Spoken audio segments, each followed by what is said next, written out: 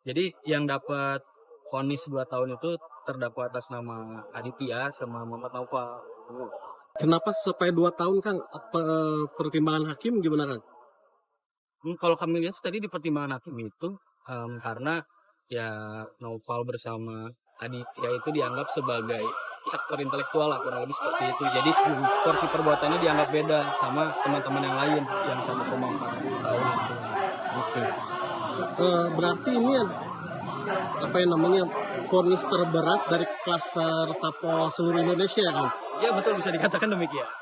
Paling berat karena tuntutannya itu kan Aditya sama Noval itu 3 tahun dan teman-teman yang lain itu 2 tahun 6 bulan. Nah memang vonis tadi kami mengajukan 2 tahun itu paling berat kalau kami lihat karena kan pola-pola yang lain itu biasanya 1 tahun 6 bulan dan sebagainya. Lah ini 2 tahun paling berat se Indonesia.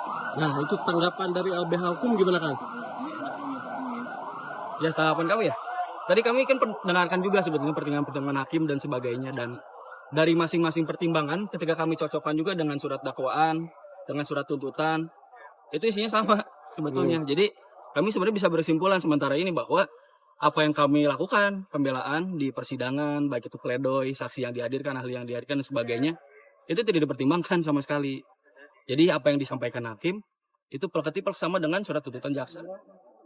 Berarti dari jaksa 2 tahun, hakim juga yang menjatuhkan vonis 2 tahun. Nah, jaksa tuntutannya 3 tahun, tuntutan 3 tahun, cuman pertimbangan fakta persidangan dan pertimbangan hukum lainnya itu sama dengan surat tuntutan jaksa penuntut umum. Oke, ini Kang, dari apa namanya? Kan itu tahanan politik ya, Kang. Nah, gimana pandangan LBH Hukum lihat fenomena kriminalisasi terhadap demonstran ini, Kang? Banyak kalau kami tadi melihat hakim juga mencantumkan paham politik ya, gitu. Salah satunya adalah anarkisme gitu, dan mengeneralisir bahwa ini adalah benci pemerintah. Gitu. Kalau dari kami sih prinsipnya adalah pemahaman politik seseorang, perspektif politik, pandangan hidup politik seseorang itu tidak bisa dipidanakan. Bagaimana membuktikannya? Dan kalaupun ingin membuktikan ya perbuatan pidananya gitu, bukan kepada menyenggol ke pemikiran seseorang. Ini yang sangat absurd, dan bagi kami ini adalah presiden buruk bagi putusan yang dikeluarkan di negeri yang menyatakan dirinya adalah negara yang demokrasi. Kang, berarti ini bakal menimbulkan ketakutan buat aksi-aksi demonstrasi ke depannya berarti ya? Saya harap jangan sih ya, gitu. Karena bagi kami prinsipnya itu, gitu. Pilihan, perspektif dan pandangan politik itu tidak bisa dipidana. Bagaimana membuktikan? Itu kan forum internum dalam pemikiran seseorang. Seperti ibaratnya adalah kepercayaan dan kepercayaan dan keagamaan gitu ya. Dia kan ada dalam hidup gitu. Dia adalah satu hal yang ada dalam kepala seseorang yang negara tidak bisa bertindak atas nama pidana gitu untuk bisa mengadili perspektif itu, dan negara tidak bisa mengadili suatu pemikiran. Bagi saya itu sih. Ada rencana banding?